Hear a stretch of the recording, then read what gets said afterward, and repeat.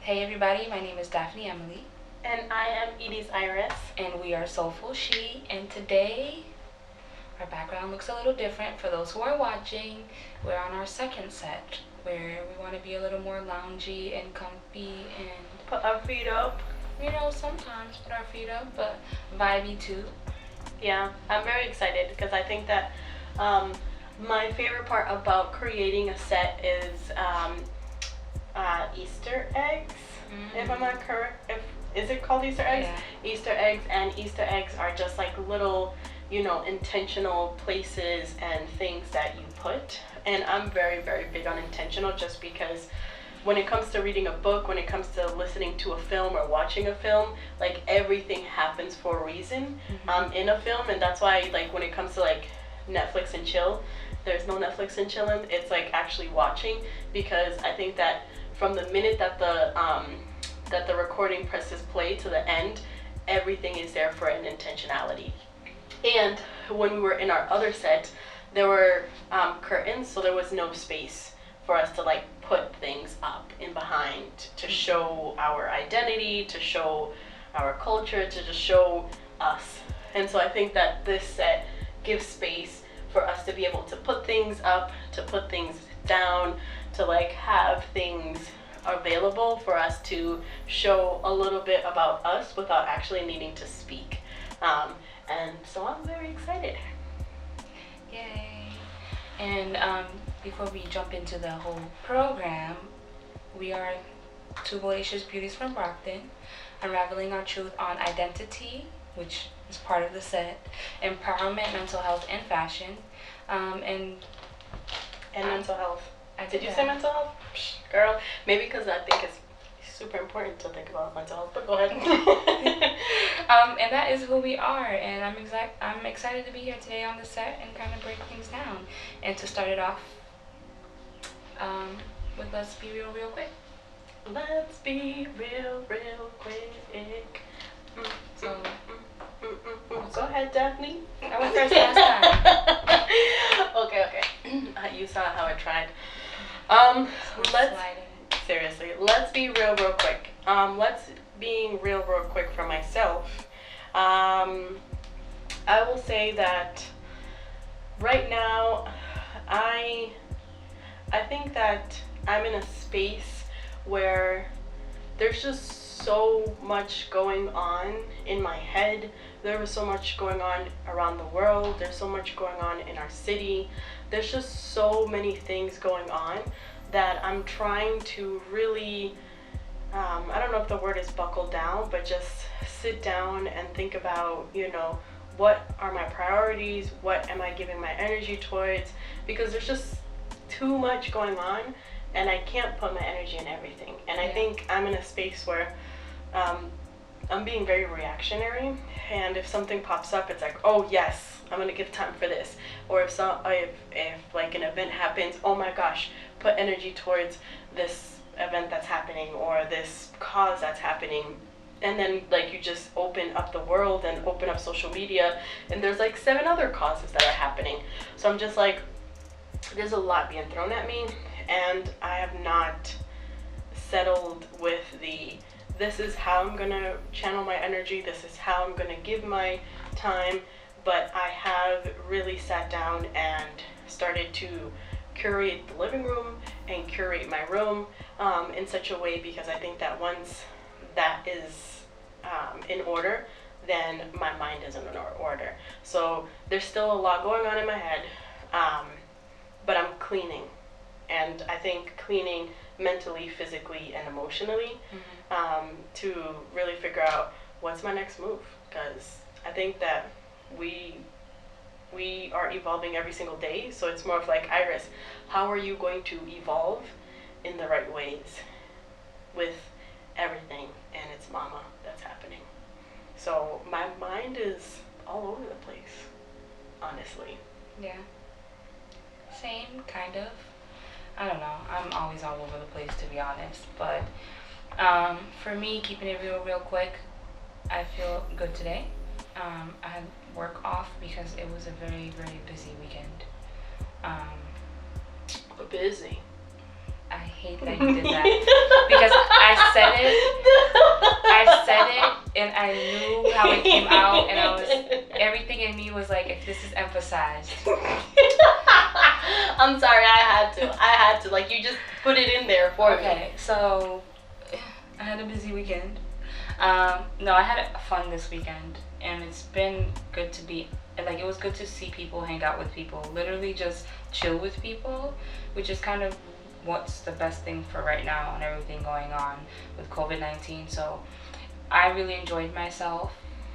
And in terms of now, it's just kind of recollecting, calming down a little, and just being like, that was great and all, but I'm not like 19 years old. Like, the energy is not the same. I'm no. The recovery is different. So yeah, a lot of tequila. Tequila's good. Tequila's amazing. I keep putting people on. Y'all gonna hear about tequila. I honestly will say that when it comes to tequila, I was never a fan. I was never on the boat wagon. I was never on the, mindset, just because when I think about tequila, I have a very fond memory of the tequila bottle that's literally right there, where I was in college, and college is when you explore, you live, you figure out, ways about yourself, and I definitely learned about mixing and the bad things of mixing dark and light and putting everything together. And honestly, I've grown from that. But, when I was in college, it was not easy. And I think that me being myself, when I see something beautiful and I see something eye-catching and appealing to my eye, I'm like, what is that? Right. So when I saw the little, Patron bottles, but like in mini size, I was just like, oh my gosh, this is so cute. So, yeah, so this was given to me once I finished already, like, drinking gosh knows what beforehand. And then this is given to me, and I'm just like, oh my gosh, this bottle is so beautiful. It's so tiny. It's like a miniature version. I got this. Open it up, drink it up. Smacked. Let's just say smacked. Yeah. I definitely blacked out because I do not remember, but the next day my girlfriends all came up to me and were like, Iris, we have a gift for you. And I actually still have that gift till this day as a memory to remind myself never to get like this again. But they gave me a gift, and I was like, oh, what is it? And they gave me a piece of the toilet, their toilet. What happened, Iris? And they were like, Iris, you did this. you did this. So somehow, some way, I used the bathroom. I remember using the bathroom. I'll say that. I remember using the bathroom. Do I remember slamming the toilet seat so hard that it broke? No. And then my thought process is, I'm not a guy, so I don't have to open the seat up because it only has the section where you sit. So I'm just like, why did I slam it? Why did I slam it if I myself don't even sit on these things or bring it up? So it's just like, I don't know what happened. I just know I broke it. And I just know that I had that tequila after. Before. You can't blame tequila for that. But in my head, my thought process was, I was mixing and I drank a whole shot like Patron. of Patron, and I was just like, that was my first time. So I was like, never again in my life am I having Patron. No. And then afterwards, I think this year with you, we had tequila, and it was fun. Tequila is a great time. I think it's definitely, because that's the thing. I think I'm in a space where I know we're not mixing, keep it to one, and I know how to pace myself. Like, did I know how to pace myself younger? No.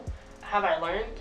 Yes. So like, I know when to say, the limit is a limit. I know when to stop, and when I am good enough that I can still enjoy myself and remember that, like, I need to go home with this because this person is the designated driver, Yeah. So yeah, I'm very aware when I'm drunk sometimes, The only thing that I mess up on when I'm drunk is that like I'll feel nice quickly, like a good wave, and then it will kind of start dwindling, and I'm like, this is the opportunity to drink more, and that's where I mess up. Because my body's lying to me, like, we want you to drink more, and then I drink more, and then I'm ruined after that. So now, like, even this weekend, I had those moments where it, like, dwindled a little, and I was like, you know what that means. Don't drink more. Just, like, settle on this wave. It will come back. So, yeah, I have learned better because I, too, have blacked out before, and I, too, have, not broken things, but done things that I shouldn't have. Yeah. Well, I wouldn't know. I was told. So from what I was told, that's the thing. I don't like waking up in the morning and being then like, girl, this is what you did. No, it's like it's not a great feeling at all. Because it's like now you're sitting there like, how, like, how did this happen and I don't remember it? There was this one time, I remember this was in college, and the next day they were like, Iris, you were running everywhere. And I was like, what do you mean? They're like, you just couldn't stay put. If we went somewhere, you tried to leave, you tried to go somewhere else. And I was just like, I don't know what it is. I don't know if you guys were boring. I was like, no, not really. But that's like, something I would say. So they were just like, Iris, you know, we found you in the hallway, and then when we found you in the hallway, you tried to run away because you saw that you saw us. So I'm just like, what? So like, there's just been times when people tell me things that I've done, and I'm just like, I would have preferred to been in a situation where I knew that was happening, and like, okay, I could have fun while doing that. Right. But then if it happened and I didn't realize it, then it's just like, this is just a story someone told me, and who knows if it's real. Just means you had a great time. And yeah, so like today I've been recovering because I did a lot of drinking. I had a lot of fun this weekend, and I feel great. I feel alive, and I'm just happy that we can enjoy the summer the best that we can with everything going on. Yeah, and I guess jumping into kind of what the episode today is going to be about, it's really not structured today. We talked about it, and I mentioned how I felt like I wanted something more free-flowing, like let's see where the conversation's going, kind of like the Tequila thing. And then we also have like this Q&A a day for the Soul book, where it has a bunch of questions, so I'm going to just flip through, and you can flip through. I'll ask you a question, you ask me a question, and honestly, if anything comes to mind, just ask. Same with me. Okay. Alrighty, first question.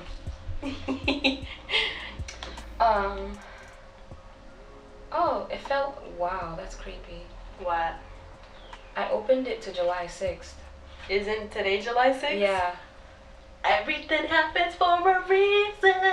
That's mad creepy.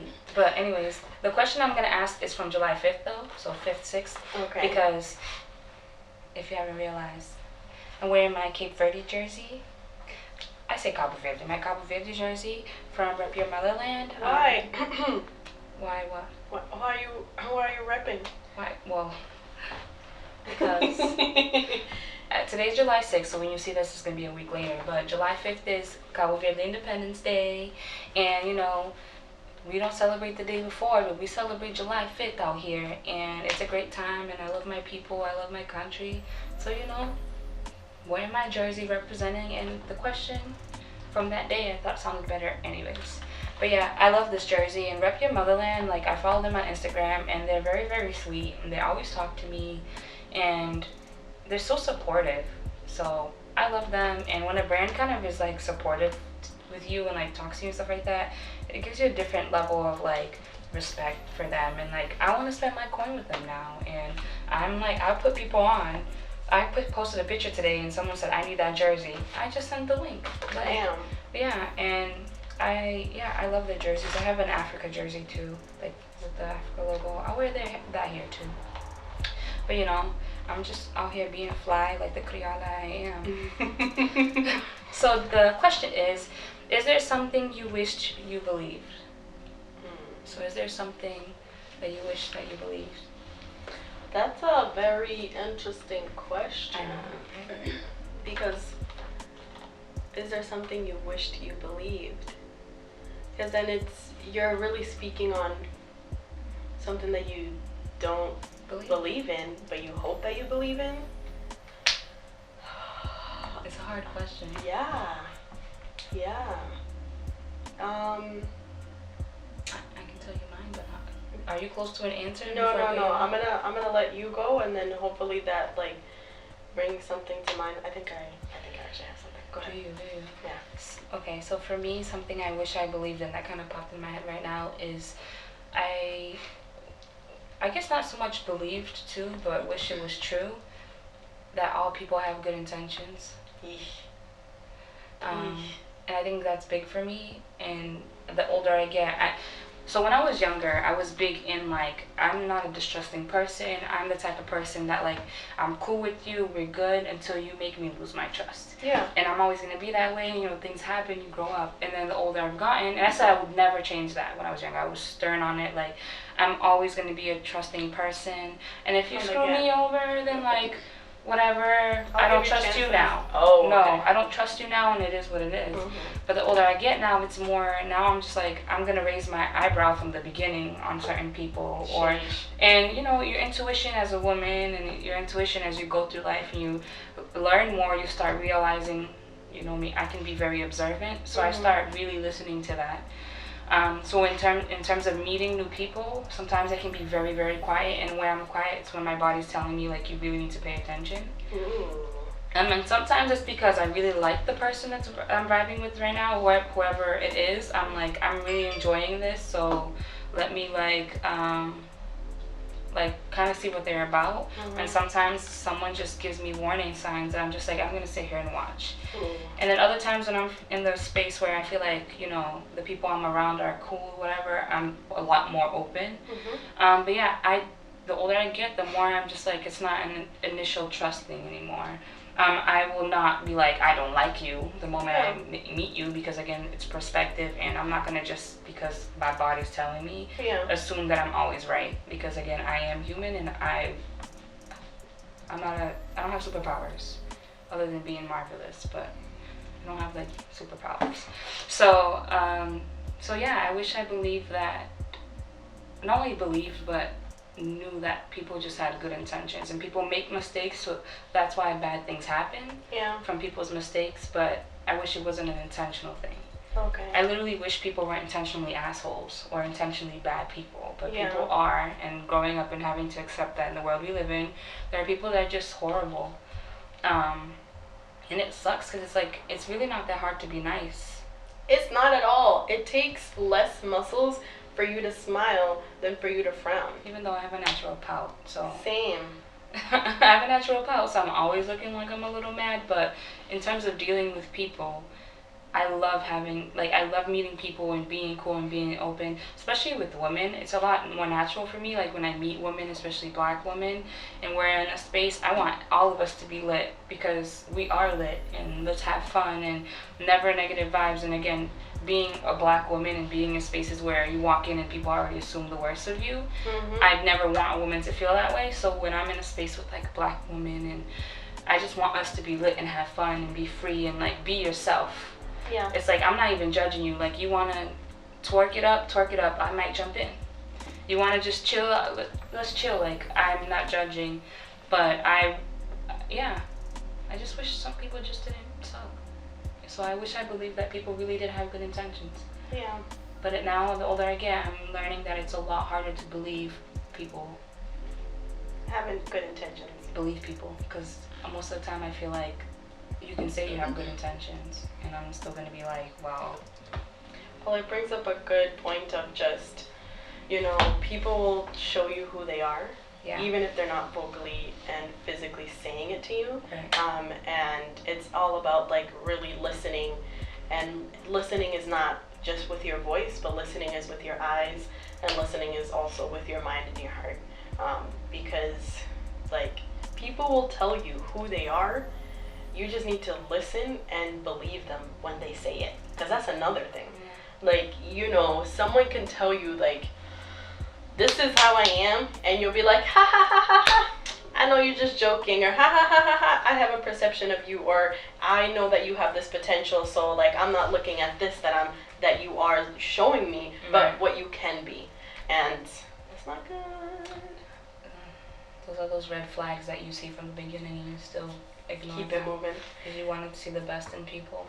There was a meme that said, there was a guy that had a red scarf, and he goes, I made this red scarf with all the red flags that I saw from you. And I was just like, I need that scarf.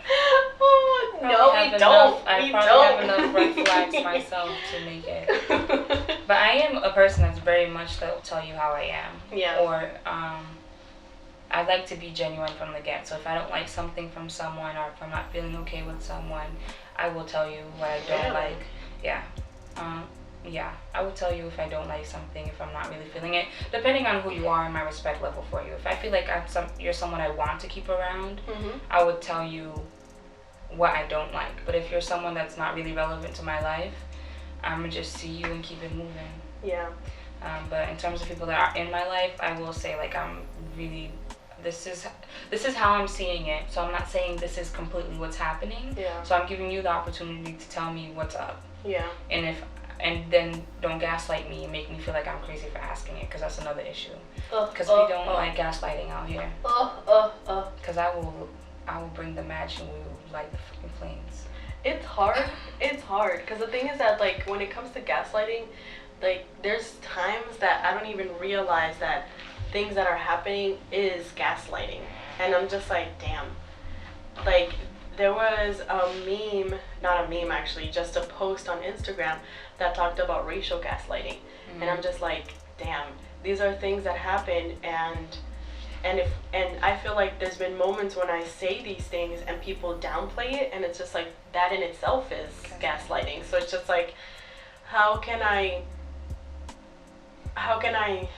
well, it's not how can I, because I can still do it. It's just it's not gonna click in their heads when you're telling someone like, hey, you know, don't downplay what's going on, and they're like, oh, why are you making it such a big deal? And that's not continuously gaslighting. Exactly. I've had a conversation before with someone where, as we're having the conversation and as we're moving, I'm literally like, you're gaslighting right now. And then they'd be like, but I'm not. And then I literally take the phrase they say and say it again and say, this equals gaslighting. But if someone's naturally in that state, they're going to be just defensive. So, yeah. What would you say would be your definition of gaslighting? When I'm being direct with you about something and you're flipping it around into nothing. So I'm telling you, this tabletop is black, or this book is blue, and you're out here being like, well, is it really that? Like, but is it that serious? Like, does the color even matter? And it's like, but I'm just telling you the book is blue. So why are you questioning me now all of a sudden? I'm just saying the book is blue. Yeah. But now you're telling me, like, does it even matter if the book has a color? Is that what I was trying to talk about? Yeah. Or so situations like that, or I'm intentionally saying like, I don't like that this happened, and they're like, I'm sorry that you thought this and that, and it's nothing about what I said. Like, I told you I don't like the way you spoke to me and you said this specific phrase, and then they say, I'm sorry you understood it that way. So now it's my fault. You're sorry that I understood it wrong, instead of you being sorry for actually saying something that's not very nice. Yeah. And it's something that I try to be aware of when I talk to people, or if I do hurt someone, because I want people to tell me when I do, or not just gaslighting, that I do something wrong to you, because my intentions are, for myself, my intentions are not to hurt the people I care about or hurt people in general. Yeah. So if you come to me and you tell me you don't like something, my only thought is apologizing and being like, I apologize. Like, that wasn't my intent. Yeah. But I hate when they're apologizing to someone else and say, I apologize, you felt that way. In terms of gaslighting, I think my issue with people is, the worst for me is the apologizing. So, are you apologizing to me because of how I felt, or are you apologizing me because you genuinely don't like that you hurt me? That's my problem. Say that again. Are you apologizing to me because I told you how I felt, or are you apologizing because you genuinely felt bad that you hurt me? Yeah. And I think a lot of times with people, that's how they go about it. You say sorry, and you're saying, I'm sorry you felt that way. my issue is not how I felt. My issue is that you made me feel that way. Not the end result, but the fact that you got us there. So how about you apologize for what you did? That's why I'm upset. Yeah. So that's my biggest issue when it comes to gaslighting. It's like, if you apologize to me in that way, I might just dead it, but just be like, I can see the kind of person that you are. And I'm the type that when someone does tell me something I do, or I realize myself that I did something I'm not really good with, I will genuinely try to apologize. And I'm very aware of what I'm saying to make sure that they understand, like, I'm apologizing for my actions. Yeah. Because my intent was not to hurt you. Yeah. So. Wow, this is bringing up a lot of thoughts in my head, because, and it segues really good to my answer. The question was, what do you wish you believed? Mm-hmm. And I think it has to do with me. Like, I wish I believed that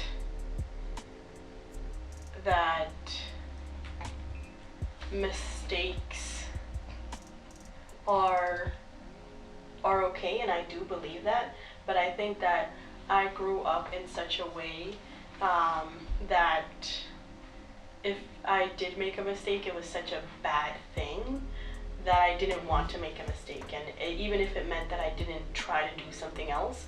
And it really goes back to like growth mindset. Like when I was little, I really learned later on in life that I did not grow up with a growth mindset mentality at all. And I grew up in such a way where it's like, let me tread lightly so that I can just do it the right way.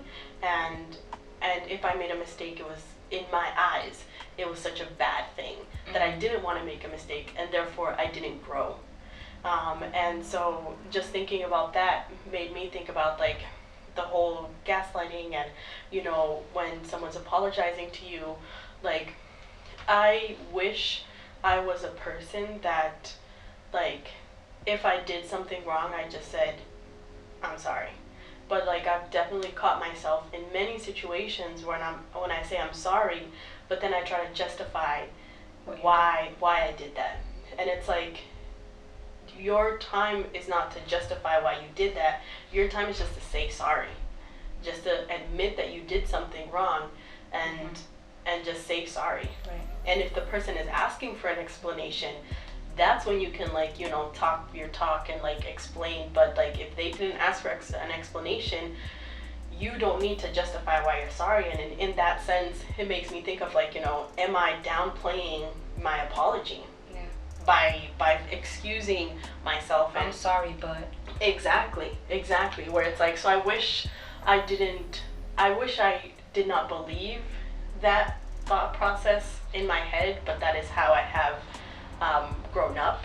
And there may be so many different reasons, but obviously it's internal of like how I internalize things. But I'm still right now working through the thought process that like, if I make a mistake, it's okay. Right. You know, if I do something wrong, that's perfectly fine. If I didn't make this deadline, that's okay as well. And like, you know, I don't need to be perfect. I don't need to be doing everything at the time that needs to be done. And if I mess up and if I hurt someone's feelings, just say sorry. You know, and don't say sorry because you got caught. Don't say sorry because you hurt someone's feelings and they told you that you hurt someone's feelings. But say sorry because it's the right thing to do, because there's been many moments as well where, you know, I don't think that there was anything wrong. That actually makes me think about, so like Chloe and Halle's album dropped, and on the first song, the first exact line is, don't ask for permission, ask for forgiveness. And I heard them explain why they said that.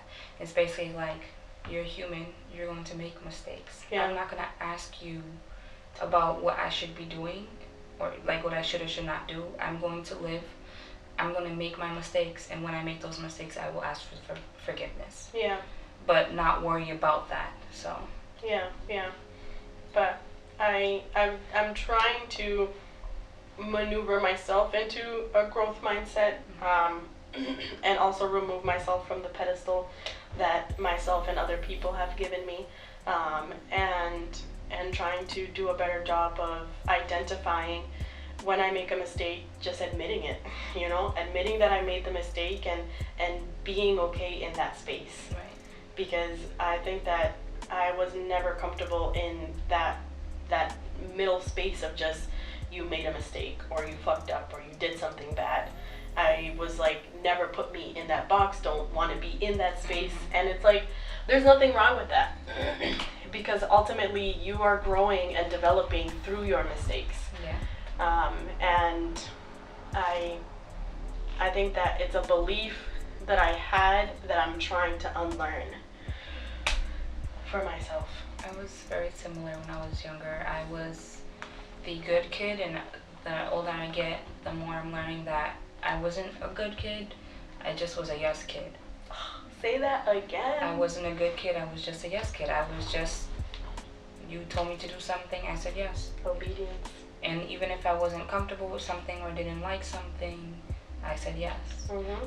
I can remember, coming to mind now, I can remember a specific time where, in our culture, like when you, converting culture specifically, but others do the same, that like when you go to someone's house, whatever, you basically saying hi, and when you say hi, like you kiss them on the cheek. Mm-hmm. I remember there was this person I was not a fan of.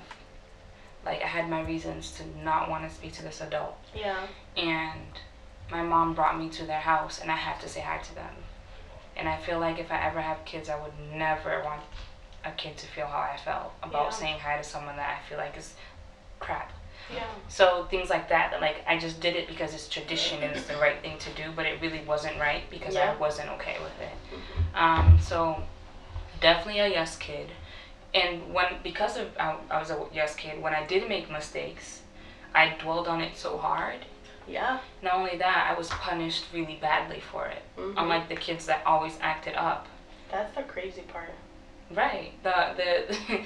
So, and it's just like, it frustrated me a lot. And even this last weekend, I was with my dad and my sister, and he was blaming me for something that had nothing to do with me. Or like, you're tired of explaining to that person how come something's wrong, and then you turn to me and just telling me like, how come you didn't say something when she was doing something wrong?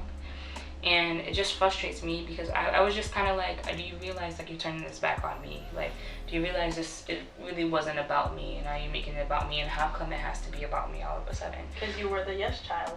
Yeah, and I'm the good one. I'm the one that knows better. And a lot of my dad loves to debate. He's a debater, so he's like, even if you're kind of arguing, he's like, so that's a debate? And I'm like, I'm not actually debating.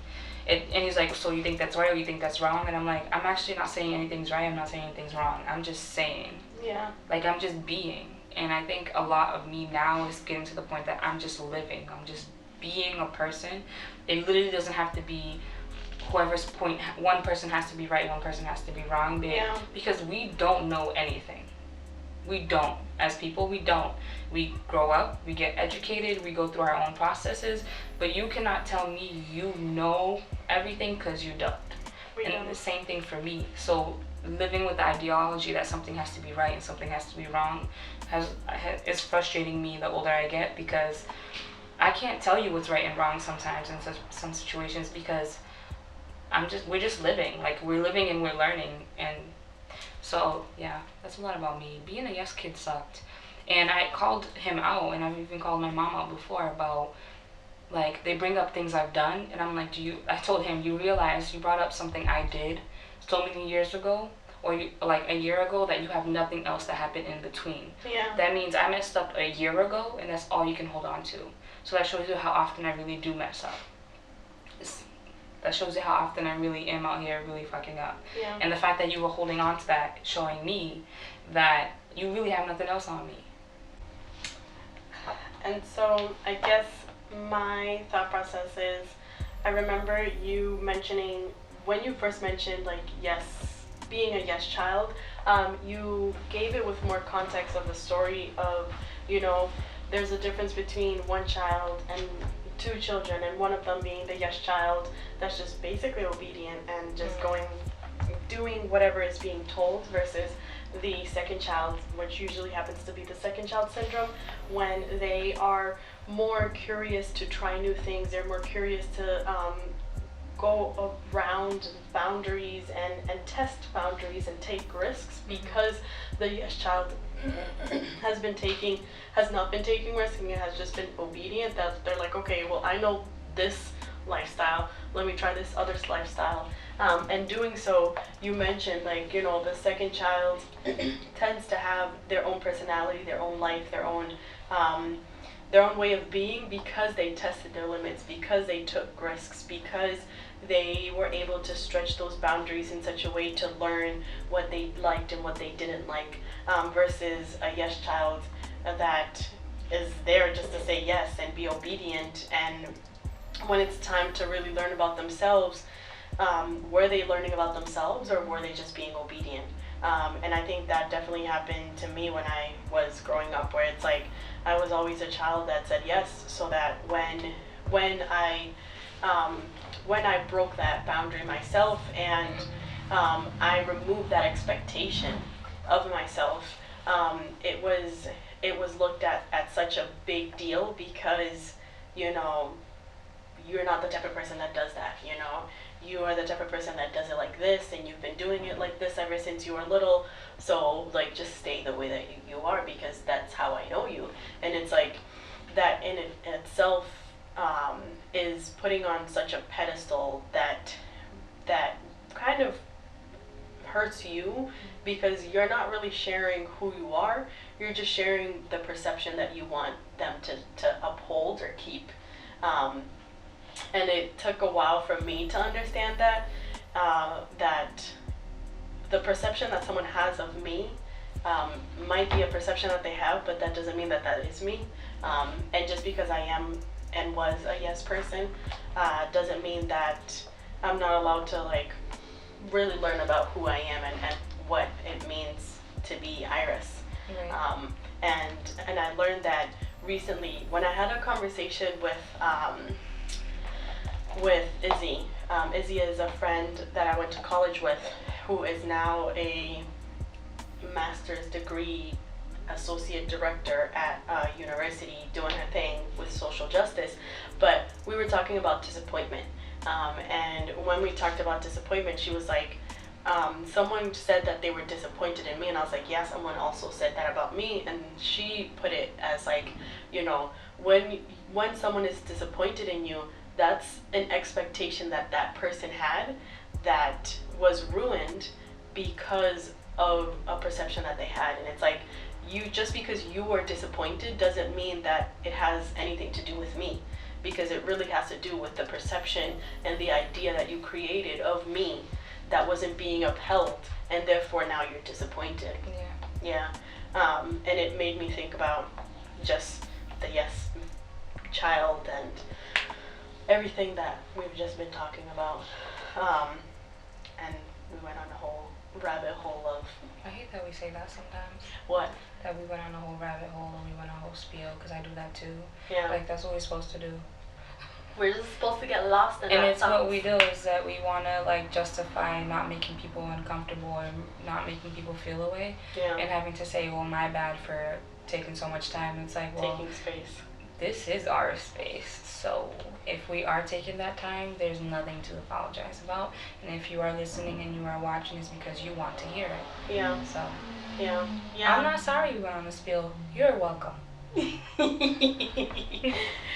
It definitely is gonna take some time, but yes. I do it all the time. We're here to take up space, and we've mentioned it before, specifically this show.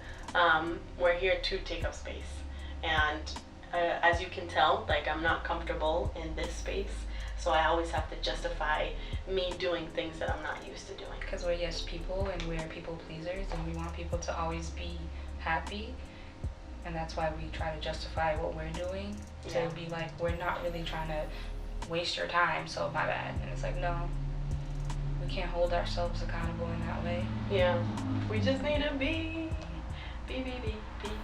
And so the next question.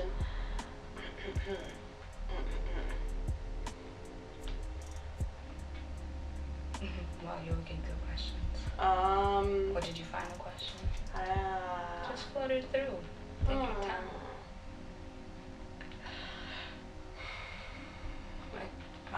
I'm trying to find the questions with the yes or no, and then there's the questions that you have to like go into detail. Mm-hmm. I think the questions that have come up are yes or no's, and you could definitely go into more detail, but I would like one that just makes you just from the bat. Open-ended? Yeah. Did you find one? No pressure. I mean, no pressure, take your time, but I guess jumping back into like what we were just talking about, it's kind of funny because like a few days ago, my mom's been asking me to do a few things for her, but it's like one of those things that I'm not going to drop everything at the moment and do what you're asking for. And every time she sees me now, she keeps asking me the same thing, and it's not like I'm purposely not trying to do it. Yeah. But I'm just like, I'm living right now, like I'll get to it. And she got upset 'cause she said something like, every time I ask you to do something, you don't do it. And I'm thinking to myself, interestingly enough, I'm the only child that you ask to do things. Yeah. And I'm the only child that does things. Yeah.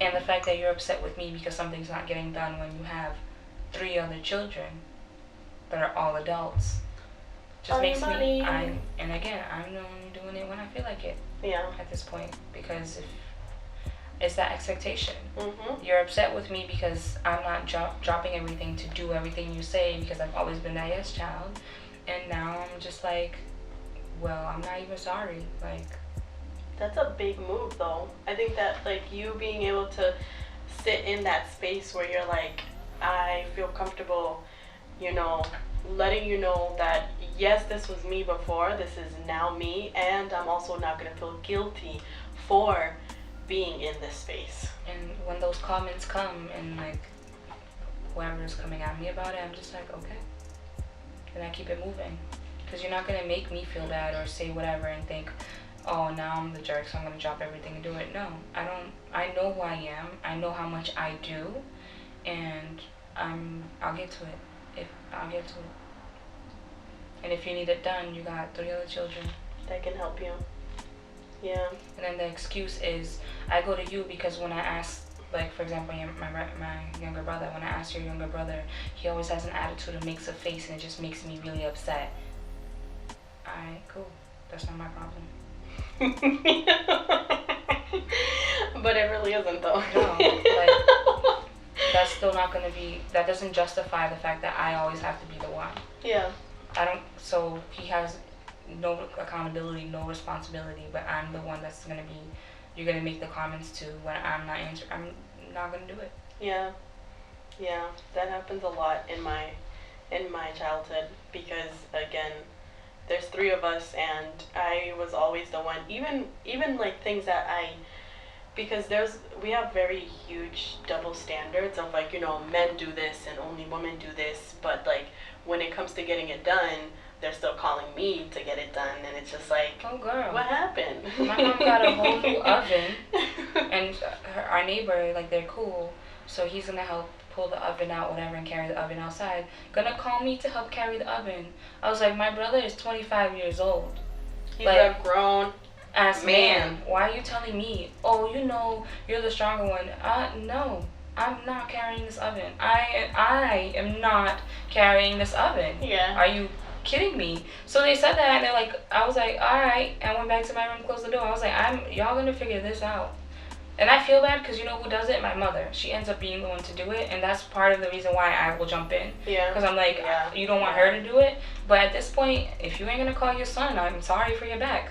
Go ahead. Jeez. Because it's frustrating. It's extremely frustrating, and it's exhausting. And I think being similar, like, I'm not the oldest, but I'm the first one born here, so I was the oldest. That was here, that she raised. And for me, it's frustrating, like, that I had to be a parent so young, and I had to be mature so young, and the fact that people took pride in telling me I'm mature and I'm 13. And it frustrates me because I shouldn't have had to feel that way or be that way at 13 or whatever age. Like, you're so mature. Like, that's not something to be proud of. That's not a compliment. No, because I didn't get to have the fun. I didn't get to make the mistakes. I couldn't do any of that. And it's so proud that I'm like a grown woman. As a 13-year-old, no one should be happy that I act like an adult. No one. Yeah. I'm not supposed to. And that's what I was put into. I had to be an adult. I had to figure things out, and that's why now I'm a problem solver. I'm like, I know if I'm gonna, I know how to resolve my issues. Yeah. I will figure it out, and maybe that's a great thing that I learned through the process of everything, but it's not something I wish I went through. Yeah. And I don't want, like, my nephews, I don't want my niece to go through that. I don't want my kids to go through that. Like, I want kids to be kids. To be a child. Because I know how I felt. Being a parent. I think what resonated with me from what you said was needing to know how to fix every problem. Because I think that when I was younger, I love my brother. Everything happens for a reason. I guess I love mine too. But when he was younger, it was difficult. And I would put myself in a situation where, like, I and my family, specifically my mom too, would anticipate what problems might arise so that it won't happen, even though knowing that, like, there's going to be 10 problems that are going to occur, but if we can anticipate 5, like, we'll be much more ready for the other 5 that happen. And so knowing that I saw that, because again, we imitate who we have around us, and so I imitated my family and my mother and my father, and so I imitated her when she was anticipating all of the problems that were going on in the family.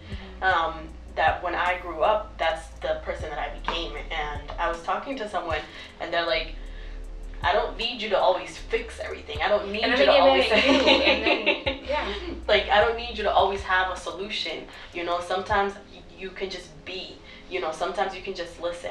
And I'm definitely learning that, like, you know, you can show up for somebody without needing to fix their problem. And ultimately, you don't need to be fixing everybody's problem. Right.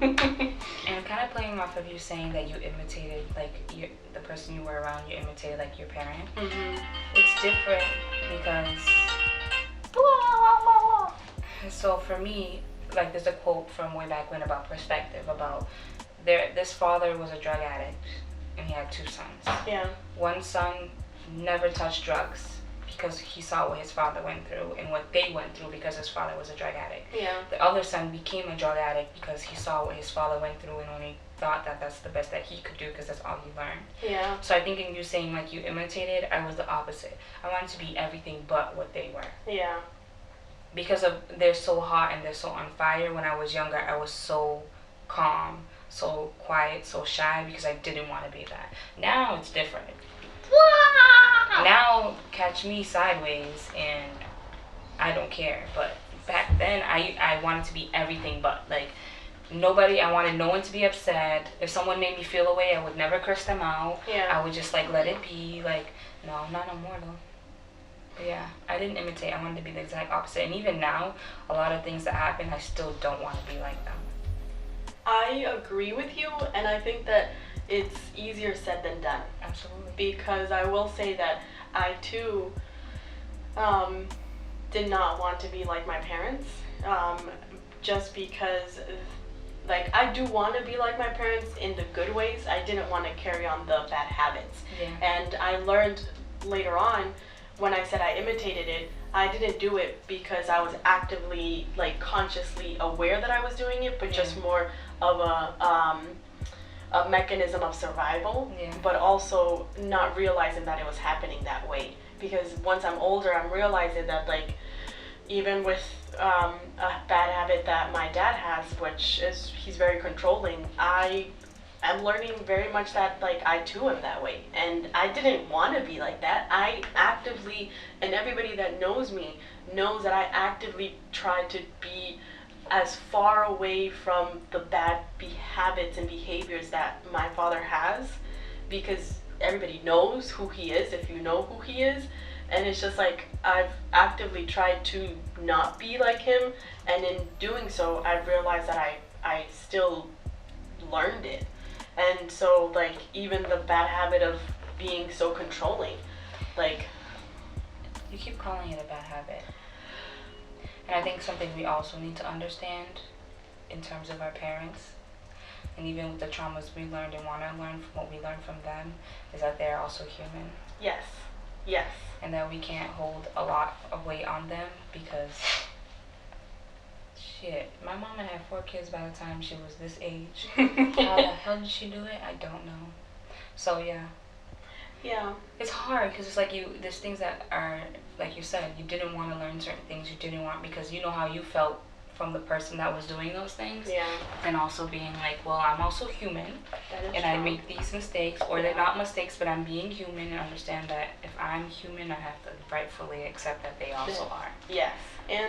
And I think you make a good point, where they also were learning, you know, they were also learning how to do these things, because I will say, like, they didn't have kids before us. I mean, yeah, we're the first ones. So Exactly. we're clearly the ones where they're learning how to make all the mistakes. Exactly. They're learning what they can and can't do. They're learning how to do and how to be. And it's true, you know. We have to, I do have to remember that they're just humans. They're just learning how to be, and they were just trying to do their best in what they thought was their best. Right.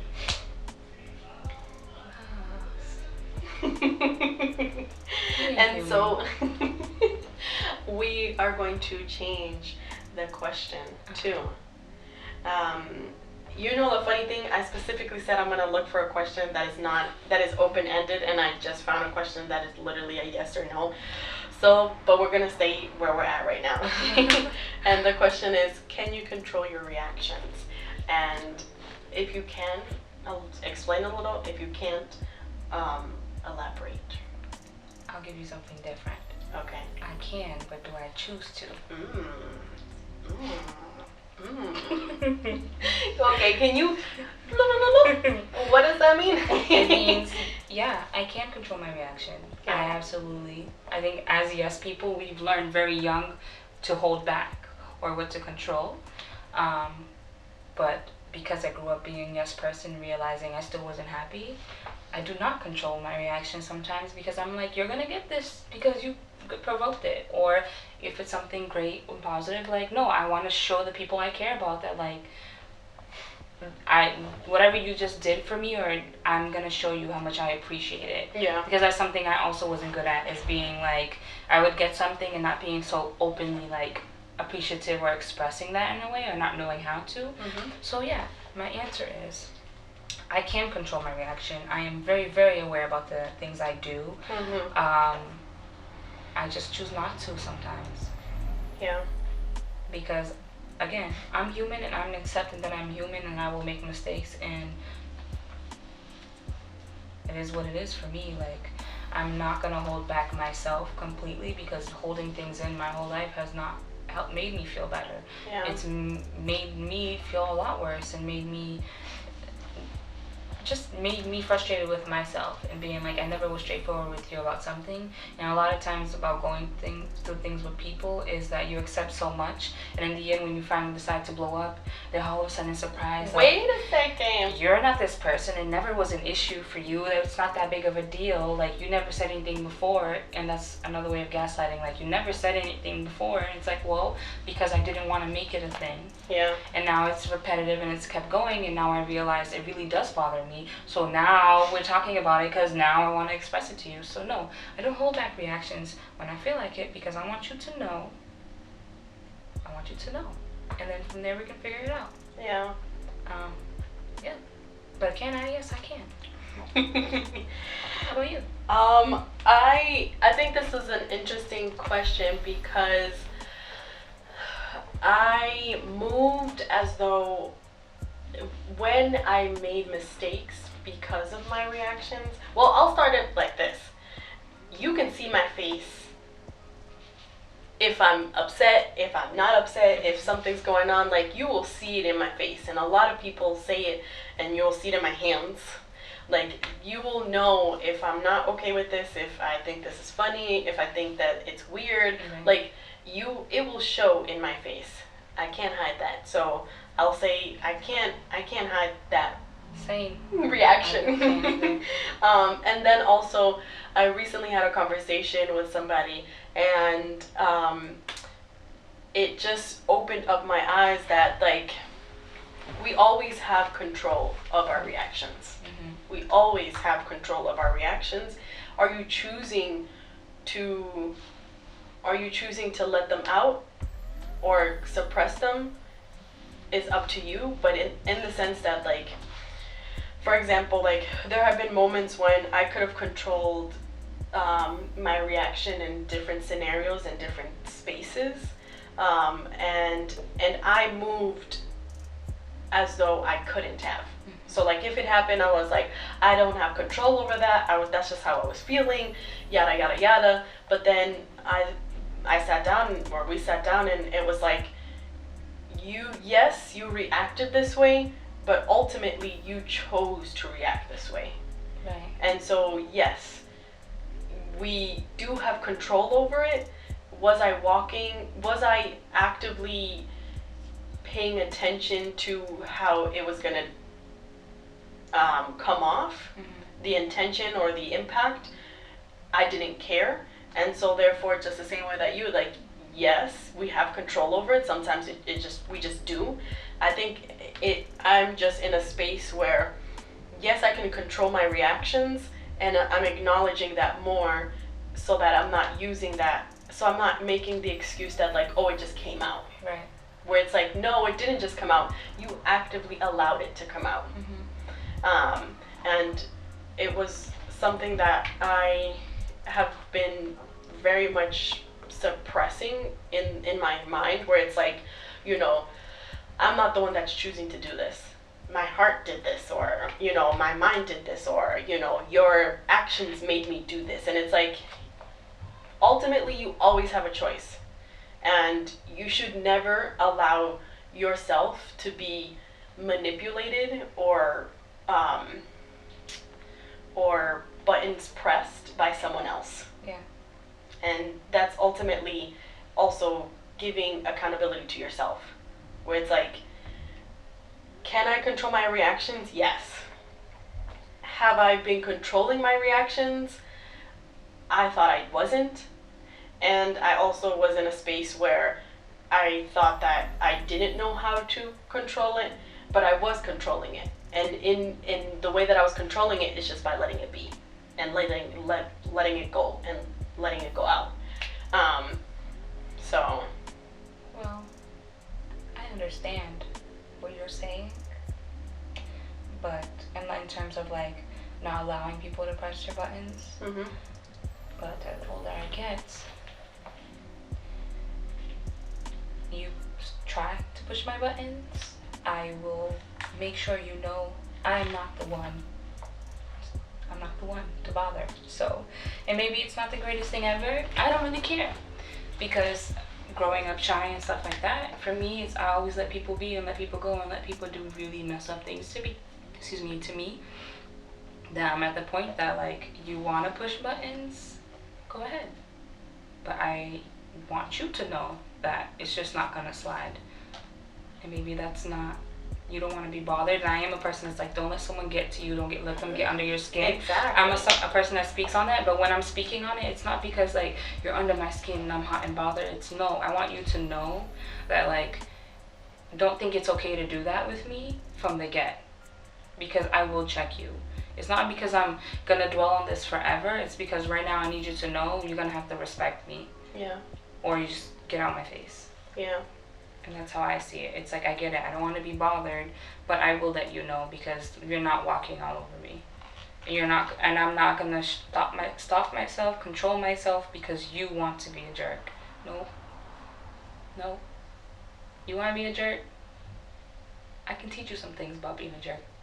You're a jerk. You're a jerk.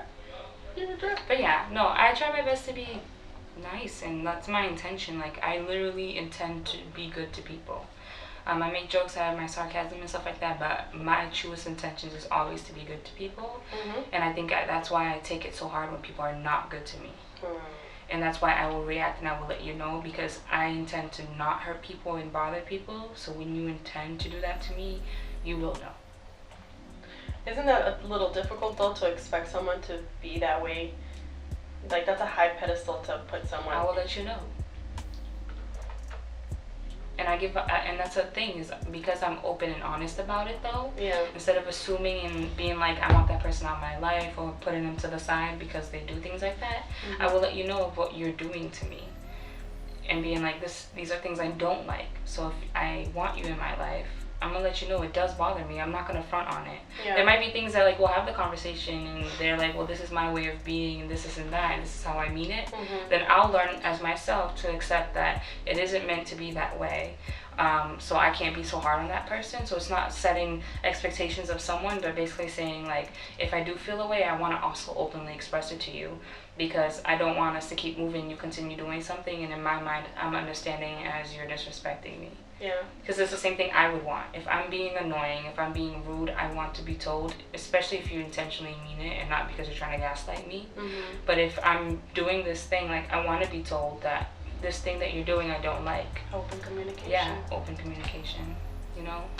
You would think adults would know that, but... Listen, we sometimes don't even realize we're not communicating correctly. Or people that are communicating, people don't understand that it's communication and not trying to be problematic. Yeah. It's really with the end goal of us being in a better place. Yeah, because I think I agree. Like, sometimes communication can come off as, you know, oh, you're defying my authority, or you're, you know, what is the word? You are, because your communication seems defensive, that like you're coming at me, or that like, you know, you're just upset. And it's like, no, sometimes communication is letting it all out to be able to understand these emotions and to be able to like grow from it in such a way where you're listening to understand, not to reply. Yeah. And I'm just trying to be open-minded. And I think in terms of wanting to be open-minded is accepting that people are allowed to also express themselves, especially how I'm, like, if I'm over here telling you, you push my buttons, I will let you know. I'll also allow the fact that if I am pushing your buttons, let me know. Yeah. It's not a one-sided door or a one-sided walkway. Like, no, call me out. Yeah. Call me out if it's literally me doing something, being a jerk. Yeah. But don't try to call me anything because the person you thought I was, or whatever, that I've always been the same person, but all of a sudden it's not what you like anymore. Don't call me rude or anything like that anymore. I'm not here, like, I've always been the same, so it's a lot plays into it. So if I've always been this way, let me know from the get, so we don't get farther down the line and now you're saying you don't like now you're saying I'm a jerk, and it's like, well, from the beginning I've always been this way. And you're just taking it personally now. Or you've always had an issue, you just say something. Let's talk about it. And I know that, you know, if I'm going too far, then I got you. Like, I'll listen and let's work on it, and I'll work on it. I will accept my responsibility, and I will apologize for my actions, and then do better. Yeah, yeah. Well, I feel like we talked about a lot of different themes, topics. We delved into so many different things just in this conversation. And I want stepping into you to really channel everything that was being spoken about and everything or anything that you were resonating with, and hold on to it a little and just think about how does that correlate with your life. How because I think that there was a lot of different scenarios where we kind of resonated with the same thing, just because we too were the same growing up, in the sense of positioning of family and lifestyles of that upbringing. And so just thinking about, you know, this is a space for now we are stepping into ourselves, and stepping into a better self of ourselves. From everything that we spoke about, ask yourself, you know, do you control your reactions? How do you work with things that are being, that are coming at you, and or how do you pay attention to conversations? Are you the type of person that is an active listener, and or are you the type of person that is quick to just, you know, make sure that your voice is being heard? When it comes to gaslighting, do you understand how that plays into your life, in situations where, you know, have you been in scenarios where you don't even realize that where you are being gaslit? Are you gaslighting someone? You know, different, because I feel like we talked about a lot. And so just whatever resonated with you tonight, think about how does that play in your mind? How does that play in your life? How do you agree with some of the things that we are saying? Do you not agree? And I think stepping into ourselves is also a conversation, because one of the things that I loved about in college is that when we were in class, there was discussion, and there was discussion from all sorts of different people, even knowing that we had one question. And so we were able to bring different perspectives into the room because of the lifestyle, class, race, you know, upbringing, experiences. And so everyone, regardless of the question, it being just one, we all had a different answer to it. And so thinking about stepping into ourselves is also delving into that discussion. I would love to challenge you. This is episode 5, right? 5. This is episode 5. And so I challenge you to, if you have been listening this far, thank you. But also, I would love to challenge you to partake in the conversation, you know? So again, stepping into you is also being comfortable sharing your experiences, being comfortable either snapping and then, you know, acknowledging what is it that you appreciated, to also allow someone else to, you know, maybe agree with you or disagree with you, but just to be in conversation. And so we are going to hopefully be posting this up next Monday. No, hopefully we will be. Yeah, that's true. It's not hopefully. We will be posting it up Monday. And Daphne and I are going to be in the comments of YouTube. And we hope that having listened to this whole conversation, gone through a maze with us, a wonderful maze with us, let us know what you resonated with, what you agreed, what you disagreed with. How does that agree with what you are going through right now? How do you disagree? How does it disagree with what you've been learning and growing? And together, through discussion, we can be stepping into ourselves, and stepping more into new knowledge, new wisdom, new discussions to learn more about who we are. And so I think that there isn't a question specifically right now for stepping into you, but more a challenge of let us know. Yeah. Let us know, and don't just listen. You know, be a part of the conversation, and don't just even though we appreciate all that, don't just say we loved it and what you loved, but more be in conversation with us. Because I think that's the important part that I would love to do, is that I don't want to just post things, but I want to be able to have a conversation with all of us. And as a reminder of where to find us, we are Soulful She Pod on Twitter, on Facebook, on Instagram.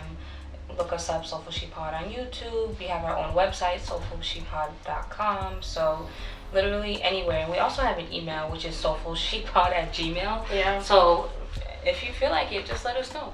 And I love to have the conversation. I love talking to people, and we're stepping into ourselves and we're laying things out here, and it's not because we think we're right, but because we know what we've been through and want to talk through that. So I want to talk with everybody. Yes. And from stepping into you and into fashion forward, I don't really have something big and like a whole thing like last time. Yeah. But I just wanted to shout out again, Rep the Motherland, and where I got my jersey. They have a lot of jerseys from a lot of places. They have a Dominican Republic jersey. They have a Haiti jersey. They have a lot of African countries, and their jerseys are fly, great quality.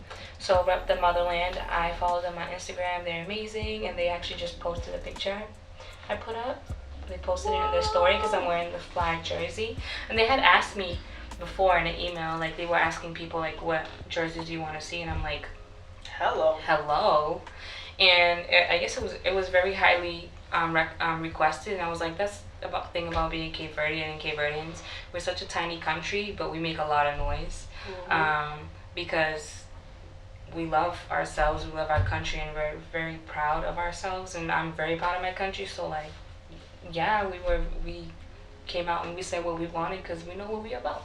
But that is Fashion Forward, Rep the Motherland. They're amazing. It is a black-owned company. Hello. And they're great. Customer service is amazing. Details are amazing. And yeah. I would also like to correct. Last week I mentioned the beautiful body oil that I had on me, a chamomile body oil, and I did not say the name correctly, so sorry. But it is Nicole's Holistic Healing. You can find her on IG at NH Healing, and it is a black business locally here in Boston, or here in Massachusetts. I actually don't know where she lives, but it's all natural, organic, homemade products, collective healing, candles, oils, waxes, you name it, she has it. And we'll put these in the video so people can actually visually see it. Yeah. For those that are watching on YouTube, and we'll also probably put stuff up on our Instagrams just to kind of add them too, because like we want them to know that we sent you, and we want y'all to support, because they're great and they're very supportive of themselves. So that is Fashion Forward. Quickly resonating with me, just living life and trying to enjoy my summer. That's where I'm at, and accepting that I am human and the people that are around me are human, and we just living out here. Yeah. 2020, we just living. If we made it to this point of 2020, we just have to be very happy and very grateful that we are here, because a lot of us have lost someone. A lot of us have been through a lot, not only losing people, losing jobs, like a lot of things. I mean, this whole year, we already know this year is in the books for a mess of everything. Yeah. So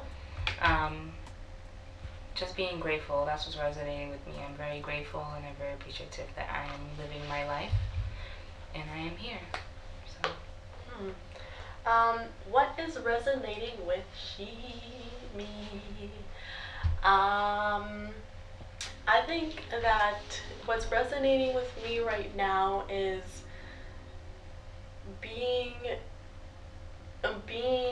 understanding that everything is not set in stone.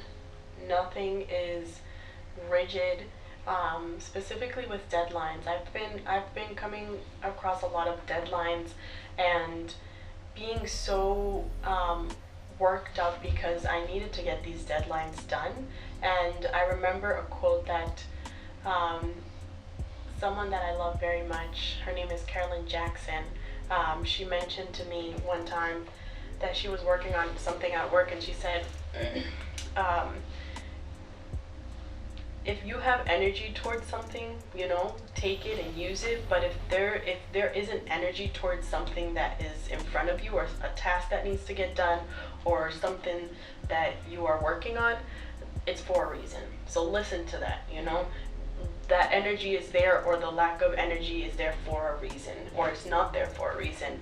And just being honest with that in the deadlines and everything that's going on, just because I think that I've put myself in such a place where, like, if the deadline is here, it needs to be done by this deadline, and it's just like, no, like, if I don't have the energy for that right now, it's for a reason, and just be honest with it, like, in the sense that if it's not done, it's not done, but you're gonna get it done, and it's gonna get done. Or if it's not gonna get done, I think that there's everything happens for a reason. Maybe people don't agree with that, but I think that having heard that quote from Carolyn of just like, you have energy towards something, if it's there, then you take it. If it's not there, it's for a reason, and therefore, because of that, everything, it does happen for a reason. Right. Something will pop up where it's like, you didn't put energy towards that, but you find out that like we're actually not going to do that anymore, and or it's not going to get done because we're going to be doing a whole new project. And so had I worked up so much energy towards getting this done, knowing that I didn't have energy towards it, I would have felt even more angry when it was just like, oh well, we're not even going to do this at all. Right. Sort of situation. So I think resonating with me is just being okay with the energy or lack of energy that I have towards things. Well, I guess that's our show.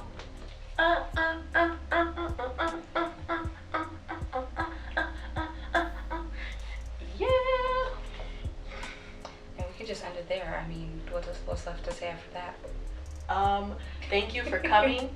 Thank you for listening.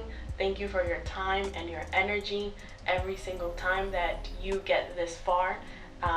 My heart warms up, and our hard work means that, you know, it's being put to good mojo, because we appreciate you.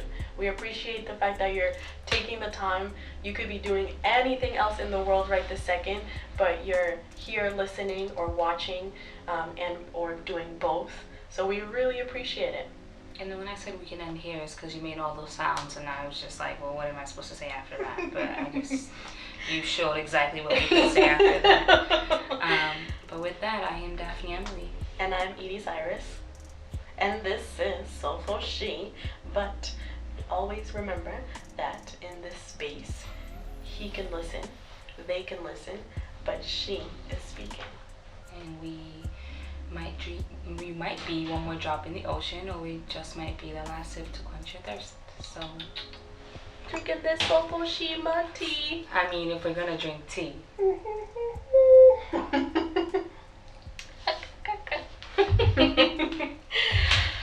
Well, thank y'all.